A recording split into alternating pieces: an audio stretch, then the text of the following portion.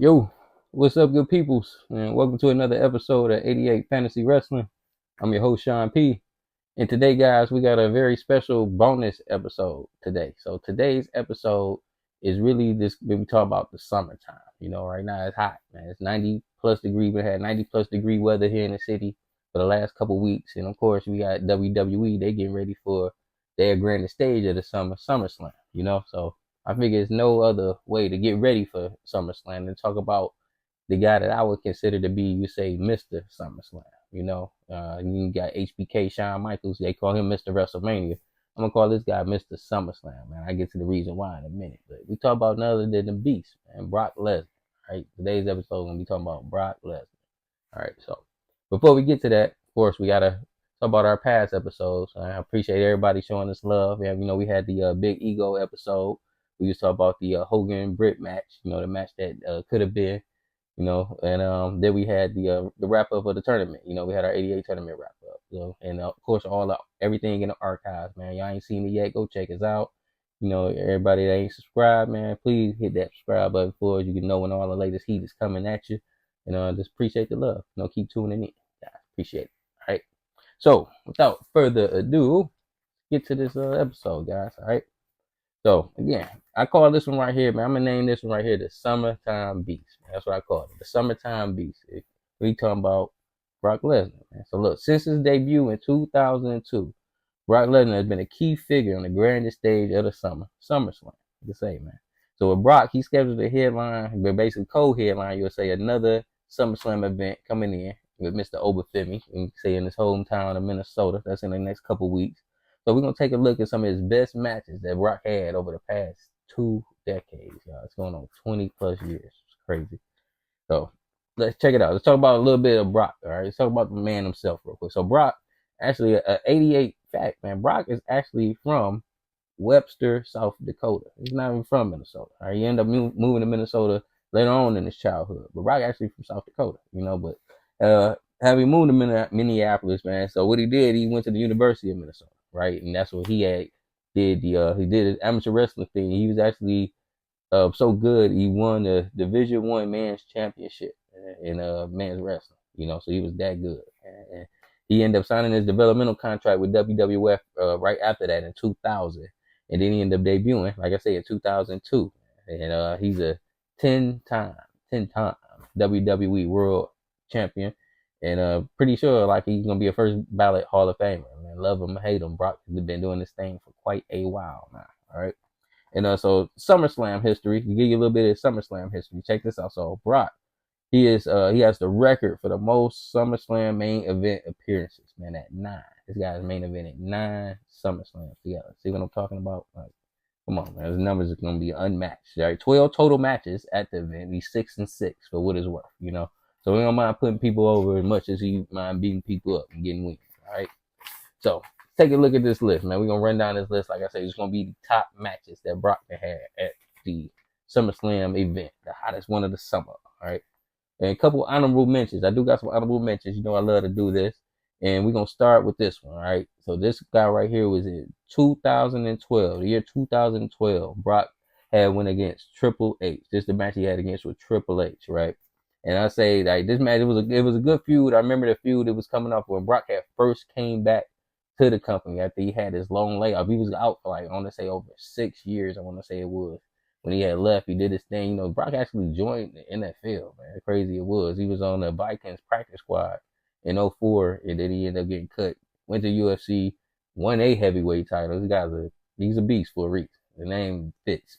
But he came back. He started a feud with Triple H. And I remember the feud was basically like Brock was the shoot guy, and he kept like doing the Kimura lock. That's when he had the Kimura lock, like putting people's arms. And I remember leading up to it, he broke Shawn Michaels' arm, and that's what kind of got the feud really, really going. But it was a good match. It was worth. He did beat Triple H, so it was another win for Brock. It was one of the wins, but it was okay match, So I had to put that one on there.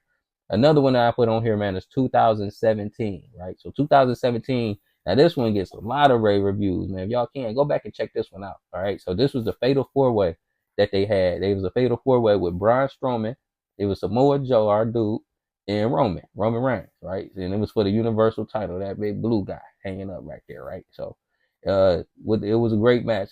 That's the first thing I put, but It was like WWE, man, they got a way, if y'all noticed it, they got a way of really, really booking four-way matches strong, and I guess this is no different. It was rock and roll type match. Brock did end up getting the win. I think he actually pinned Roman with that, so but definitely, like I say, this is a great match, man. So I put that as our another honorable mention. All right. So let's get down to this top five. All right. So number five. All right. Number five. I went with 2015, man. So 2015, Brock went against the Undertaker, man. He went against the Undertaker, right?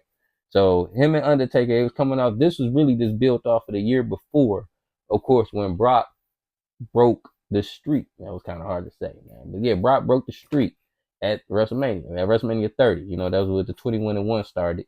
And Taker basically just couldn't live with himself. He was already part-time. I remember they ended up bringing him back once a year, basically almost a year later, a full after a year later.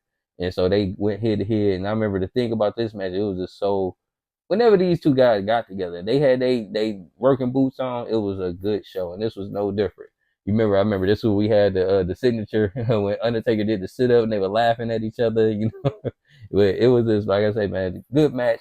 Taker ended up winning actually with a low blow, man. He got the win with a low blow finish, so he actually had to cheat the win. That's how much they still was putting Brock over even in 2015. So good match, man. Put that at number five. All right, Taker. All right. Number four is, this is one of my personal favorites. I went with 2022, right? 2022. We went against the Chief, Roman Reigns, guys, right? And this is a barn burner of a match, you would say. And this is like very fun match. First thing I put on here. And this was of course, it was like the 2000th time that they had fought each other. That was like really the knock. If people had a knock, the critics had a knock on the match, it's because they was just sick of seeing them guys fight so much, But to me, man, this is one of their best matches. I remember this is when Brock had rolled the tractor out. Remember, he came out in the tractor, actually lifted the ring up, man. It was crazy. So imagine just seeing that. That was just a spectacle in itself. I remember you had Theory coming out. Theory tried to cash in the Money in the Bank on him. You had the Usos coming out, piling. They piled a million cheers and man. I don't even want to give too much away. Check it out, please check it out. 2022 at number four, we put that, man, Roman Reigns, man. Rock versus Roman. All right. Number three, number Trey, we gonna go with 2014, guys, and he went against the Cena man, dude, John Cena. All right, Rock versus John Cena, 2014. First thing that sticks out in my head about this is this was the match where these guys, and talk about WWE, they just said, you know what, we sick of playing. All right, nobody can beat Brock. Let's stop playing like they can and just give him the whole thing. And that's what they did. So this was like basically known for, I'm going to go ahead and read it off. It was Brock at his biggest and baddest, right? WWE, they showcased the beast exactly what he is, and they had him beat Cena for the undisputed title at the time. And it was like the most lopsided main event. I was not only in SummerSlam history, but probably in WWE history. Cena barely got a hit off of him, guys. Like, it was probably a 10-minute match, I would say. It was just all Brock until he pinned him. It's crazy. Like, just to see it and just, to know that was the main event. And it was a believable main event. It was a good, kind of good match. Definitely, I would highly recommend it. Go check it out because it's at number 3 on our list. So it gotta be something, So number 3, John Cena versus Brock, 2014. All right. So about to get down to the top 2. All right, getting down to the top 2, the nitty grits. Excuse me. Alrighty, so at number 2, all right. Of course, when we get down to these ones, man, it could be back and forth, but to me, I think this is very precise here. So number 2, I went with his debut SummerSlam match, man. The 2002 match he had against the great one, man, The Rock. All right, Brock versus Rock. It had a good ring to it too. Everything was lined up for this one. So this one right here was very first SummerSlam main event, right? It was exciting to see that WWE had put a trust in a rookie because that's all he was. He only had a handful of matches at the time, even leading up to it. I remember they had him win King of the Ring, and then he came right back and was in the SummerSlam main event. He beat Rock to win the Undisputed Championship, and that was it. He was off, man. They had the rocket strapped to him, and he was gone. But the match was just great. I remember leading up to it, they had them guys they was doing training montages for him. They were showing Rock. Rock was at University of Miami training, running up the steps, just showing you like how much focus and how much of a big deal, and how serious he took the match. So it was good, man. It was real good. Yeah. It was just a sight match as well. And it took Brock to where he needed to be, like get him over off top to, establish a main character. That's what they did. So number 2, I went with The Rock. Brock versus Rock. All right. And at number 1. All right. I went with 2013, guys, man. 2013, it was Brock versus CM Punk, man. This match right here is probably, to me, it's one of my favorite matches for sure. Because I say the first thing that I would think about it being was that it was just so out of nowhere. It's like it wasn't the main event for one. It wasn't the main event of the SummerSlam. It was the championship was. So this wasn't for a title. It was really just like a Heyman match. So let me set the stage. So this was like a Heyman story with Punk. He had this like Paul Heyman had this turn on CM Punk. And so Heyman and Punk, it was really their feud. But Heyman, had brought Brock in to basically take up for him. So that's what turned into the Brock versus the CM Punk. And it was the best versus the beast. I remember that was the punchline they used for it. And man, when I tell you this, like the match was probably about 20 minutes long. The crowd was into it. Everything was hitting. You actually thought CM Punk had it. Like it was so many times when that thing, man, I'll tell you, it was just a show. Brock was putting on he put on one of his best performances to me because it like I said, it just made it so believable. You actually thought, like, oh man, this guy gonna win. This guy gonna win. It was a great match. So check it out. Definitely recommend this one. 2013 CM Punk versus Brock Lesnar, and the Beast was fully in charge, man. And like I say, his guys been taking over SummerSlams for the last 2 decades, man. It's been 20 plus years. And there's plenty more, man. I'm thinking about, like I said, he had a match with Cody. I remember the Cody match that was here in Detroit. We got to see.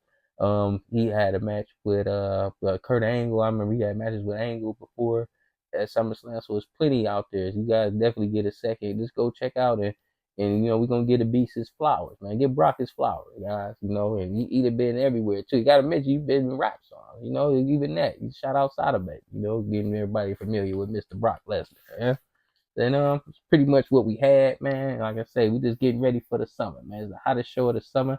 It's hot here, and hopefully WWE got a great show that they're getting us prepared for. So it's pretty much all I had, guys, for today. Just to let you know what's upcoming. We still do have the ECW episode definitely coming this way. We have another celebrity episode that I'm working on. I got another celebrity episode that's coming as well, and just plenty more. So definitely just please stay in tune, guys. I appreciate everybody, all your love and support. And if you guys don't have nothing else, I don't think I got nothing either. So until then, we gonna get ready for the summer and get ready for Brock. That's it. So that's it. 88 Fantasy Wrestling. Your boy Sean P. I'm out. Peace.